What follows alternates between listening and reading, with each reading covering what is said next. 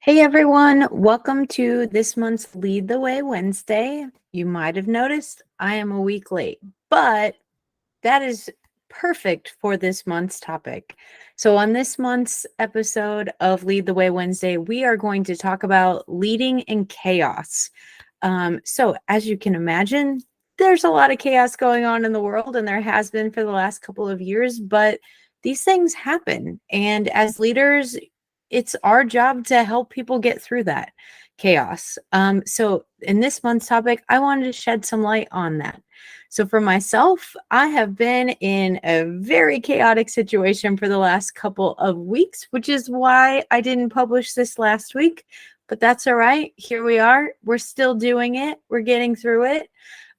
But in that, I had some great learnings that I thought would be fun to share with anyone else that might be going through some of this chaos, either in the workplace or maybe at home. So I had some fun stories to share.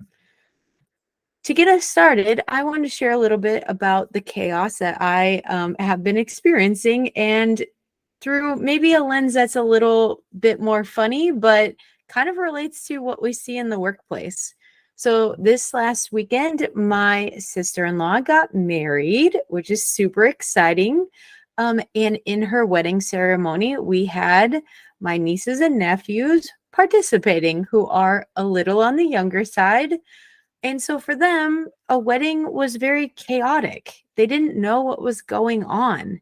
And in our rehearsal dinner, we went through the ceremony just like most people practice.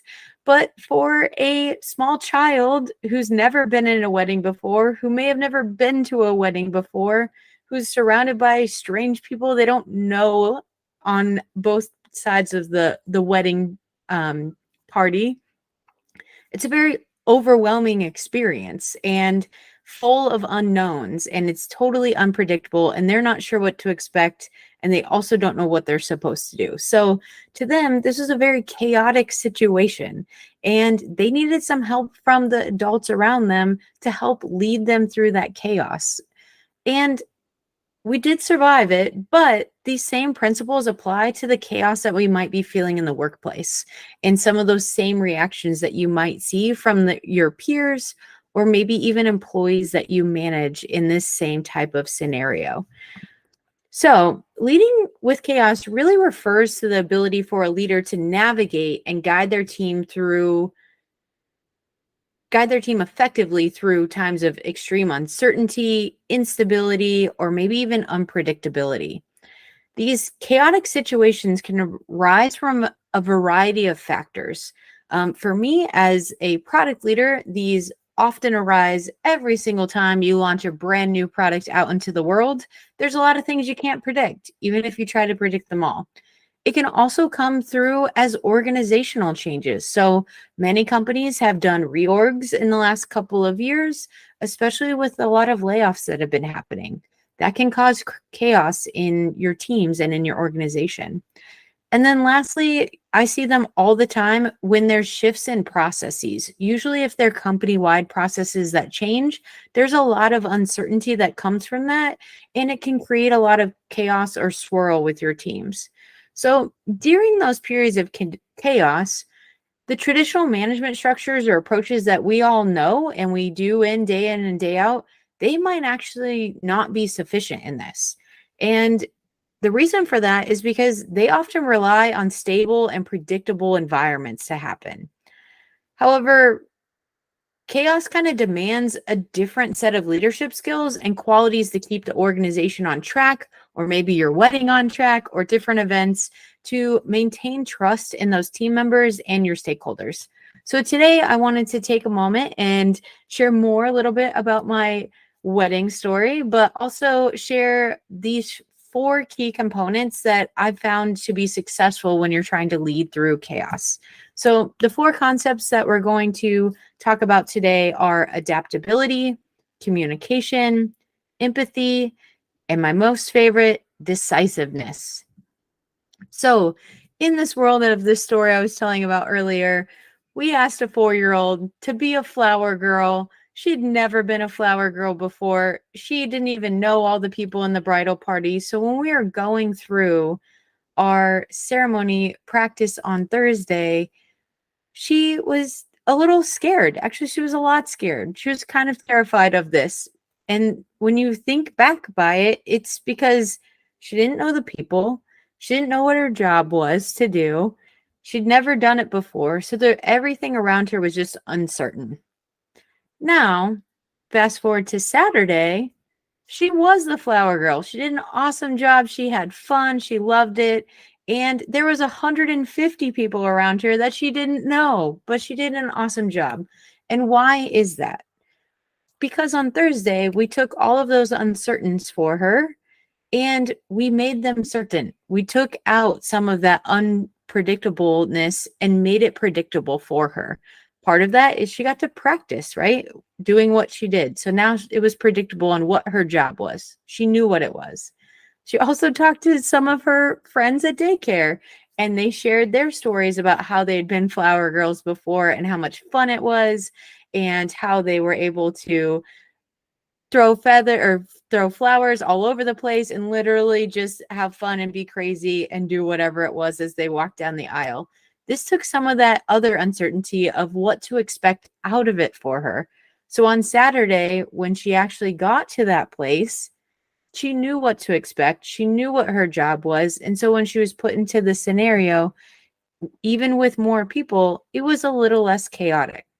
So looking at the 4 things that we talked about today and applying that to either the situation of a wedding, which can be chaotic, to maybe something at work, like launching a new product that can also be chaotic, these same principles kind of apply. So the first one being adaptability.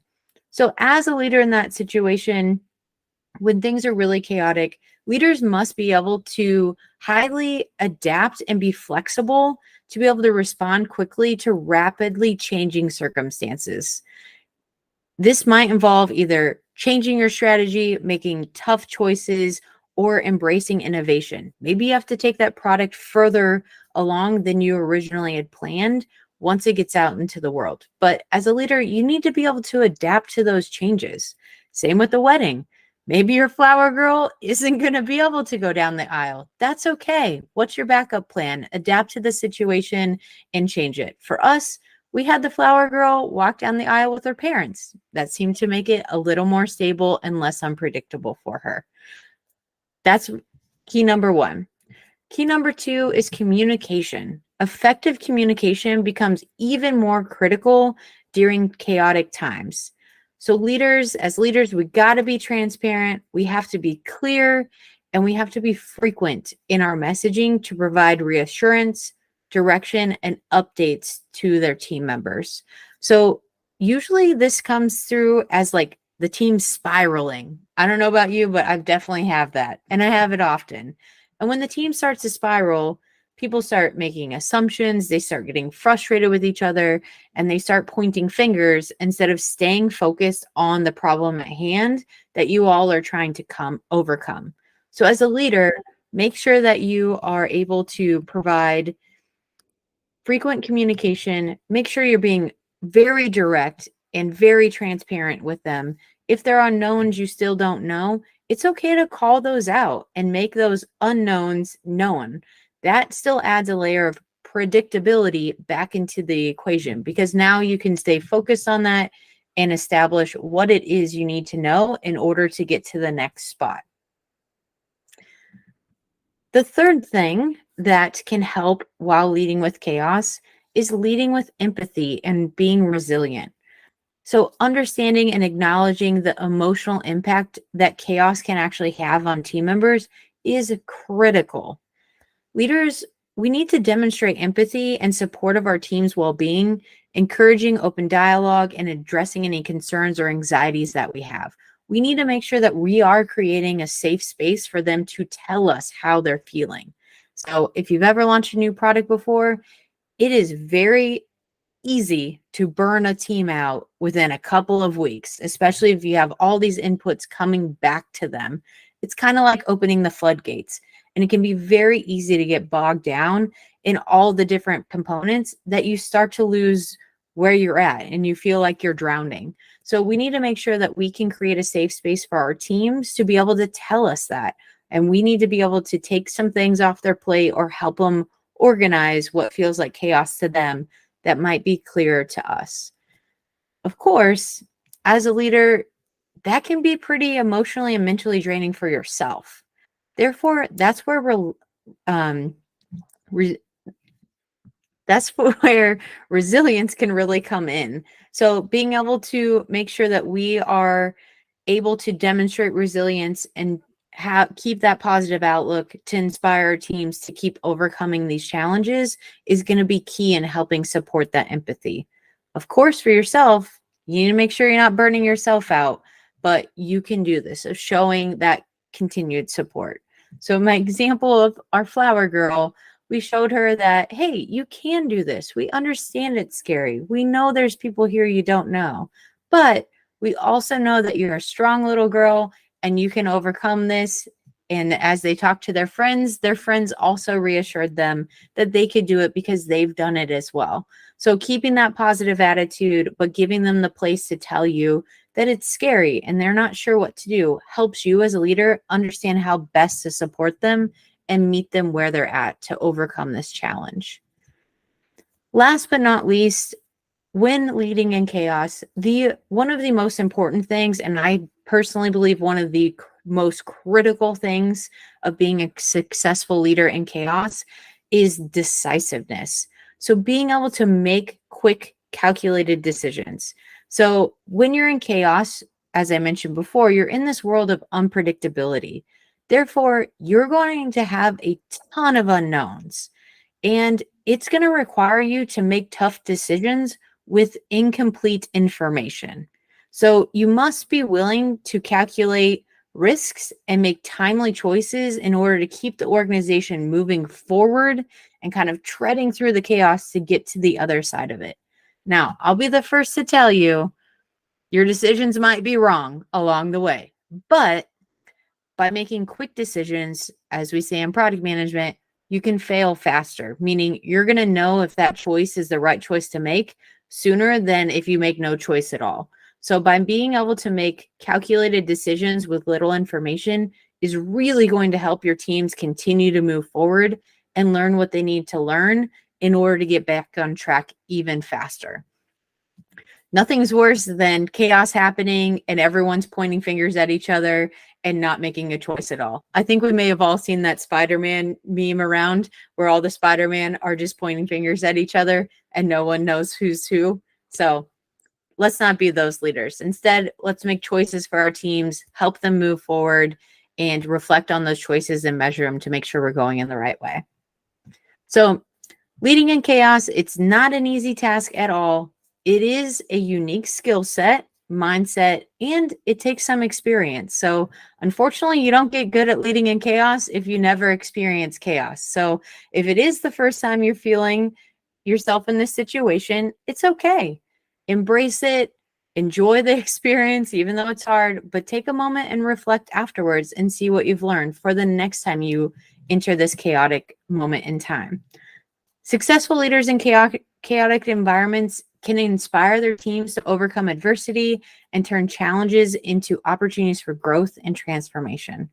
So the next time you feel yourself in chaos, whether that's at work or maybe a situation at home, take note, deploy these 4 things: adaptability, communication, empathy, and decisiveness, and you'll be on your way to smooth sailing and clear waters ahead.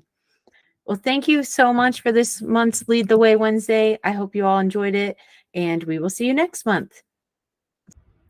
If you're looking for more content about leadership like you saw today, give us a follow on LinkedIn, and that will be delivered right to your inbox.